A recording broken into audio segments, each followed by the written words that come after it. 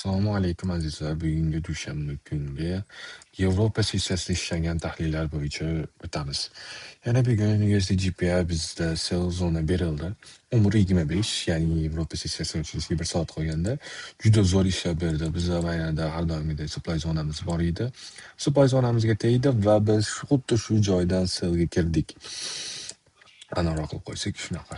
Sellga kirdik va bizning supply zonamizga mana shu joyda stop zona berildi va H1 candle'ida atigi 1, 2, 3, 4 soat kutganimizda bu H1 edi. Bu yerda trending ham bor edi, trending ham buzdi va biz buzishdan avval o'zimizni strategiya orqali 1ga 5 juda ham go'zal yurib berdi.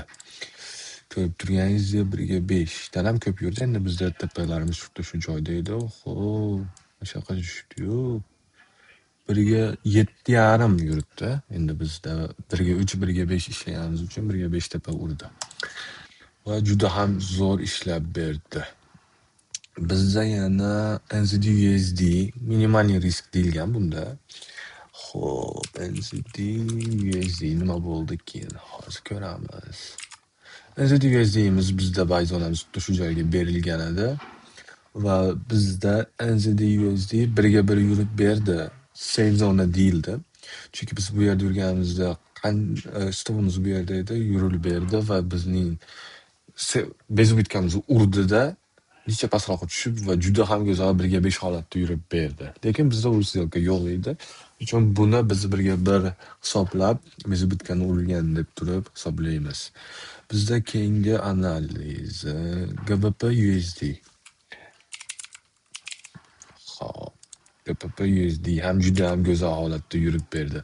Bizning entry zonamiz bu yerda ikkita entry'miz bor edi. Buy zonamizga kelmadi. Holatchilar buyga kirsangiz bo'ladi degan joy bor edi va bizning buy zonamizni belgilab qo'yganmiz va xuddi shu buy zonamizga kelib berdi.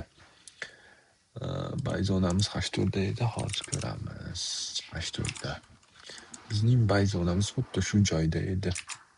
Mana bizning demand zonamiz xuddi shu joyda. Bizning asosiy entry va bizdagi oddiy birinchi entry'miz xuddi shu joyda bo'ldi va asosiy entry'miz mana shu joyda. Va bizga juda ham go'zal holatda necha yurib beribdi, shuni ko'ramiz. Bizning asosiy entry'dan stopimiz xuddi shu joyda edi va biz mana shu yoqqa tushmoqchi edik. Bu 1ga 3 edi ekan. Bu 1ga 3 edi ekan, lekin bu 1ga 4. 1ga 4 yurib beribdi. Endi men o'zim shaxsiy 1ga 3 ushladim va 1ga 3 juda ham go'zal yurib berdi. Xohlaganlar сделкani ushlab 1ga 5 gacha kutishinglar mumkin. Bezib bitga qo'yib qo'yib. Bemalol bezib bitga qo'ysanglar bo'laradi. Bu H4 degan analiz. Hop, keyingi analizimiz USD CAD sell limit. Sell ekan.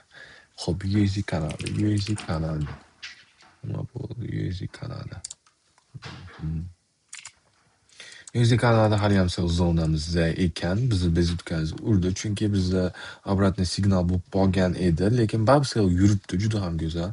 Hop, bizda USD kanalda save 0.6, ya'ni gicha foyda turgan edi. Biz yopinglar deb turib maslahat berildi. Chunki obratniy signal chiqib qolgan edi. Stopimiz urardi ekan ham. Biz bezib bitganimiz urdi. Yarim ozgina foydada yopib qo'ydik, lekin juda ham bunda ham pastga yurib berdi. Bu yerda jicha holat qiyin bo'ldi. Ushlash juda ham qiyin. USDGPI, hop. Goldda stop yedik.